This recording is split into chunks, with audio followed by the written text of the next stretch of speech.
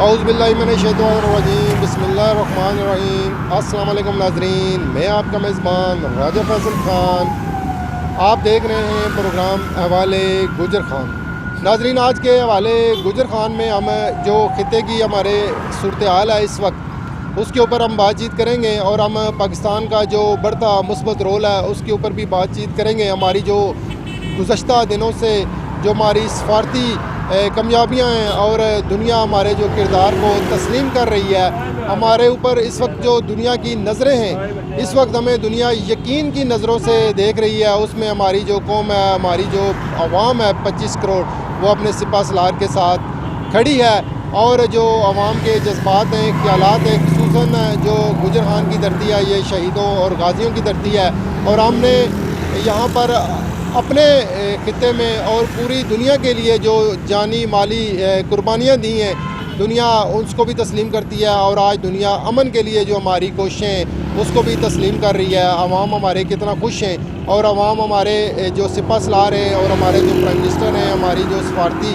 Team ہے، اس کی جو کامیابیاں ہیں، اس کے اوپر جو عوام کے خیالات ہیں، جو جذبات ہیں، اس کے اوپر ہم بات چیت کریں گے۔ اور یہ جو دنیا میں لگی آگ بجھانے کی ہم کوشش کر رہے ہیں، اس سے جو ہمارا پڑوسی روایتی ہمارا جو ریف ہے بھارت، اس میں کتنی آگ لگی ہوئی ہے، اس کے اوپر بھی ہم عوام سے ان کی رائے جاننے کی کوشش کریں گے۔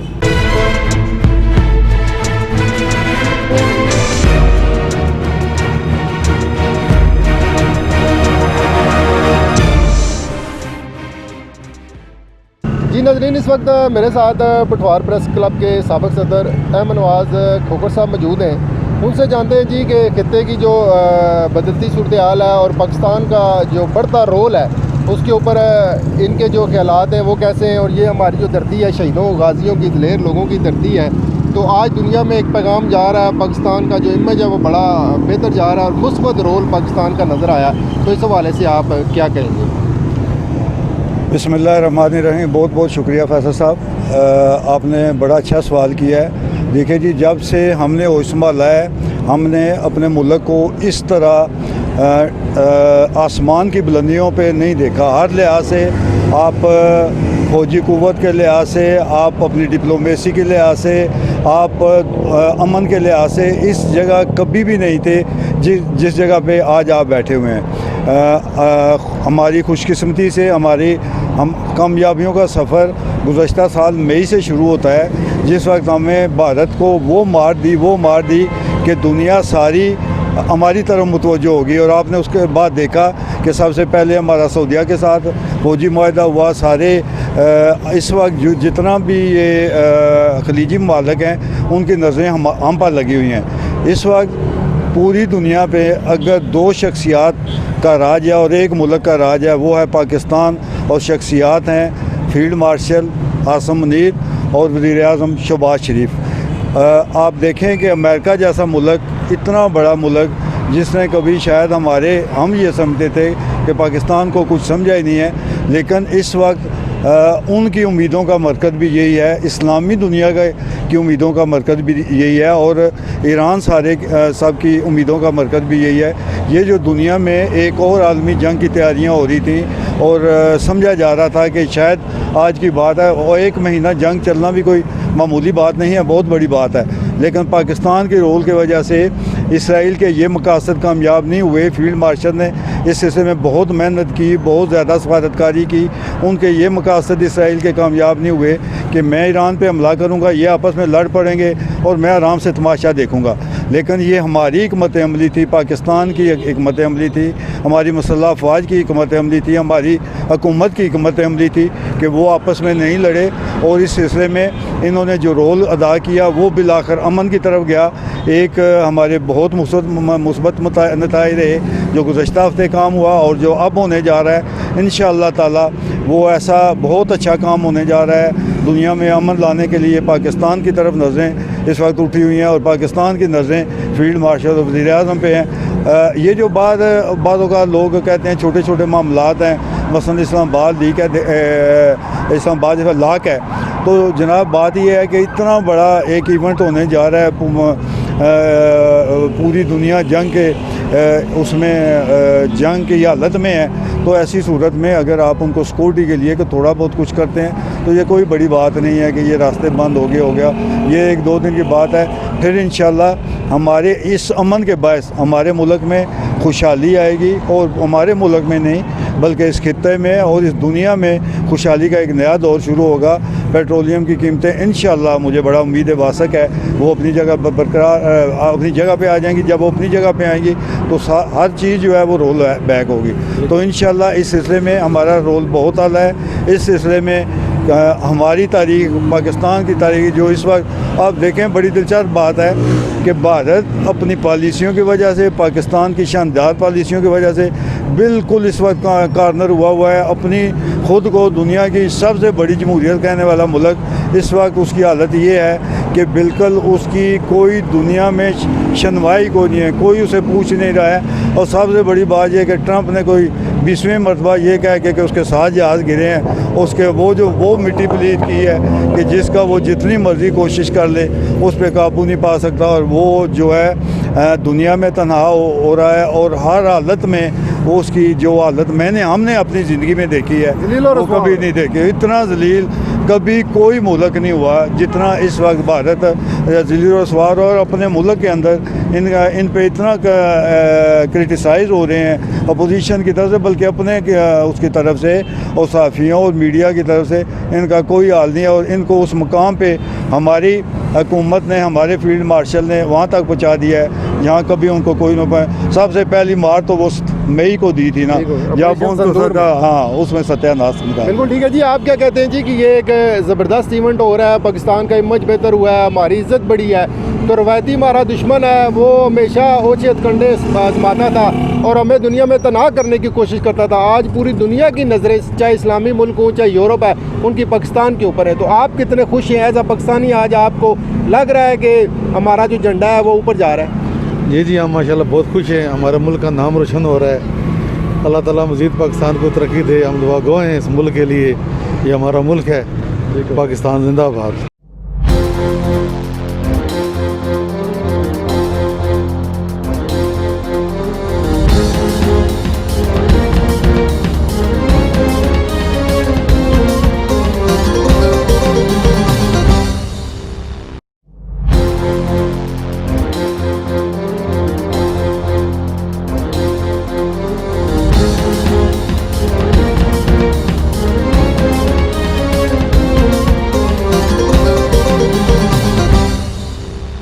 جی ناظرین, اس وقت ضلع راولپنڈی جماعت اسلامی کے جو امیر ہیں راجہ جواد صاحب, جن کا تعلق تحصیل گجر خان سے ہے, ان سے جانتے ہیں جی جو خطے کی صورتحال ہے اس وقت. ساری دنیا کی جو نظریں ہیں اس وقت اسلام آباد میں جو بیٹھک ہونے جا رہی ہے اس کے اوپر ہیں.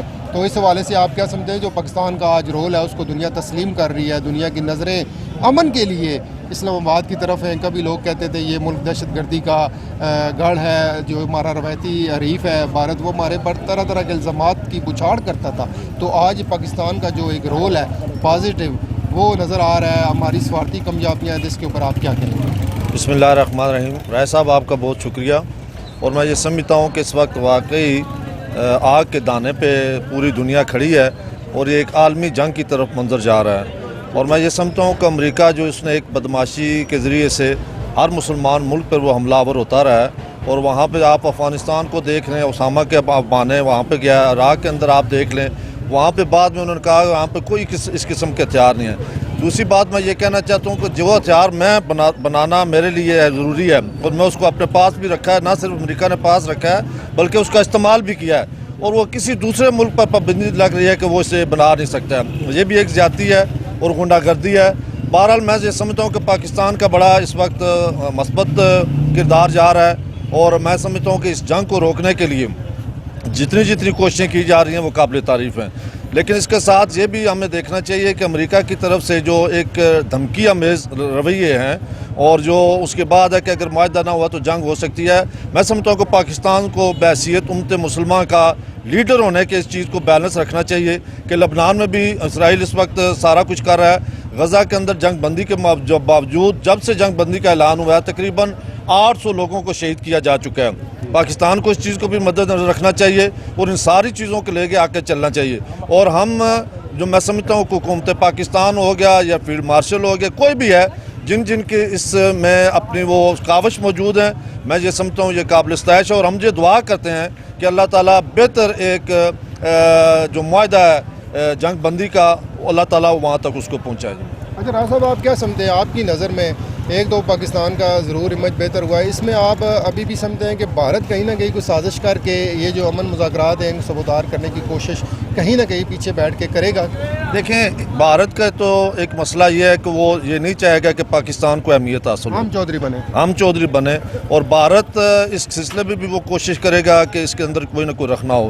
دوسری ایک بات آپ سمجھیں، بھارت ہو، اسرائیل ہو، امریکہ ہو یا کوئی اور اس طرح کا ملک ہو، وہ اسلام دشمن ہے.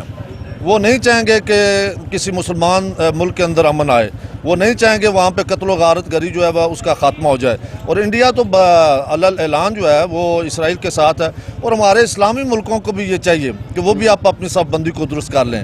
اگر بھارت کے ساتھ ان کی دوستی یا ان کی پنگیں اس کے پروان چڑھ رہی ہیں تو ان کو دیکھنا چاہیے کہ ایران میں جب جنگ ہوئی تو کون کون تھے جنہوں نے وہاں پہ مخبری کیا ہے. ایران چیزیں کلیئر تو ویسے ہو گئی ہیں کافی، لیکن ان کو ہمیں پلے بھی باندھنا چاہیے، اور ہمارے حکمرانوں کو اس کے بعد اپنی جو ہے صف بندی کرنی چاہیے.